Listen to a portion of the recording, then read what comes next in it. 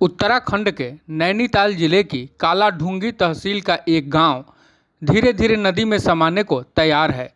निहाल नदी का हर बरसात में प्रकोप झेलने को मजबूर इस गांव के ग्रामीण अब अपने विस्थापन की भी मांग करने लगे हैं।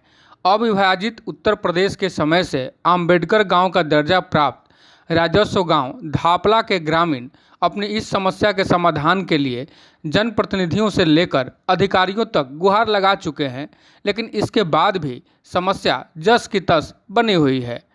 जिले की कालाढूंगी तहसील मुख्यालय से 8 किलोमीटर दूर पहाड़ियों की तलहटी में एक जंगल में बसा धापला नाम का यह राजस्व गांव कोटाबाग विकास खंड का हिस्सा है। अनुसूचित जाति बाहुल्य धापला गांव को अविभाजित उत्तर प्रदेश के ज़माने से अम्बेडकर गांव का दर्जा प्राप्त है। इसी धापला गांव की आबादी क्षेत्र से सटकर निहाल नदी होकर गुजरती है। गांव की दूसरी तरफ से भी एक बरसाती नाला जिसे चापड़ा रोखड़ कहा जाता है वह बहता है। गर्मियों के मौसम में पहाड़ के अधिकांश जल स्रोत सूखने के कारण इस निहाल नदी में भी पानी की कमी हो जाती है, लेकिन पहाड़ों पर होने वाली बरसात के बाद निहाल नदी अपने पूरे उफान पर आ जाती है। दूसरी तरफ चापड़ा रोखड़ नाला भी बरसात में अपने चरम पर होता है, जिस कारण बरसात के दिनों में गांव की स्थिति दोनों ओर से पानी में घिरने के बाद सैंडविच जैसी हो जाती है।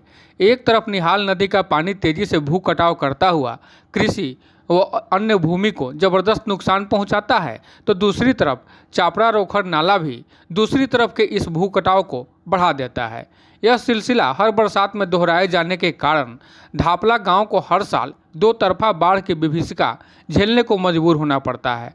इस साल भी ग्रामीणों की कृषि योग्य भूमि और नदी के पास बसे घर कटान से तबाह हो रहे हैं। बाढ़ ने गांव से बाहर जाने वाले रास्ते को भी काटकर लोगों की मुसीबत बढ़ा दी है।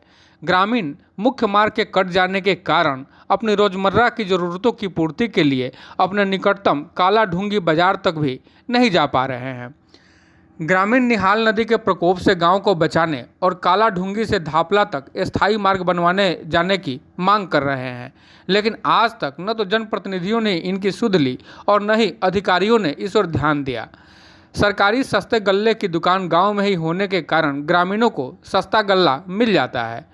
गांव में हाई स्कूल तक की शिक्षा का इंतजाम है, लेकिन आगे इंटर की शिक्षा के लिए बच्चों को नदी पार करके जंगल के दुर्गम पैदल 8 किलोमीटर के रास्ते से होकर कालाढूंगी के इंटर कॉलेज जाना पड़ता है। ग्रामीण कालाढूंगी से धापला तक सड़क मार्ग बनवाने के साथ ही गांव में एएनएम सेंटर और हाई स्कूल को इंटर तक कराने की मांग करते करते अब थक चुके हैं, लेकिन उन्हें हर चुनावी मौसम में आश्वासन मिलते हैं पर समाधान नहीं होता। स्वास्थ्य सुविधा तक के लिए ग्रामीण जंगल के रास्ते 8 किलोमीटर दूर के नज़दीकी कालाढूंगी के अस्पताल पर ही निर्भर है। ग्रामीण पीताम्बर की इंटर पास पुत्री रेनू ने बताया कि बरसात के दिनों में छोटे बच्चों, गर्भवती महिलाओं की तबीयत खराब होने की स्थिति में उन्हें उपचार के लिए 8 किलोमीटर दूर कालाढूंगी अस्पताल पहुंचाया जाना बेहद ही मुश्किल काम होता है। अस्पताल जाने के दौरान रास्ता पूरी तरह वन्य जीवों के खतरे वाला होने के चलते ग्रामीण इक्का दुक्का ही इस रास्ते का उपयोग करते हैं, हालांकि वे भी कतराते हैं। खास तौर पर महिलाओं के लिए तो यह स्थिति बेहद खराब है। एक तरफ ग्रामीणों के लिए यह तमाम दुश्वारियां हैं, तो दूसरी तरफ हर बरसात में निहाल नदी से होने वाला भू कटाव मुसीबत बना हुआ है।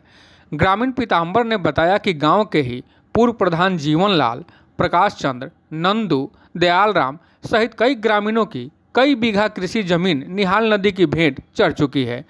यही हाल रहा तो धीरे धीरे धापला गांव का निहाल नदी में समाकर अस्तित्व ही खत्म हो जाएगा। ग्राम प्रधान दयानंद आर्जा ने बताया कि आधुनिक समय में भी उनका गांव तमाम मुश्किलों का सामना कर रहा है। सरकार के हर प्लेटफार्म पर ग्रामीण अपनी समस्याओं को उठा चुके हैं, लेकिन गांव की सूरत नहीं बदली। पिछली कांग्रेस सरकार के कार्यकाल में प्रधानमंत्री ग्राम सड़क योजना के तहत 10 किलोमीटर तक की सड़क बनाने की मंजूरी मिली थी, लेकिन रामनगर वन प्रभाग के प्रभागीय वनाधिकारी ने इस क्षेत्र को हाथी कॉरिडोर बताते हुए सड़क निर्माण में अपनी आपत्ति लगा दी थी, जिस कारण आज तक इस सड़क का निर्माण नहीं हो पाया। गांव में दोनों ओर से बरसात में कृषि भूमि का कटाव होता रहता है, जिस कारण हर साल की बाढ़ के कारण गांव के लोग अब पूरे गांव को ही विस्थापित करने की मांग करने लगे हैं।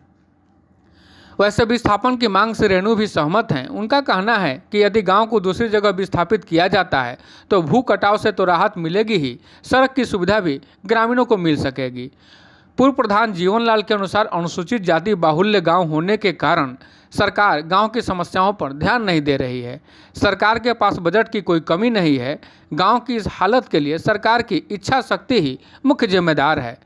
उन्होंने कहा कि सरकार चाहे तो वन विभाग की कैंप, जायका जैसी किसी भी योजना के तहत इस गांव की सूरत बदल सकती है।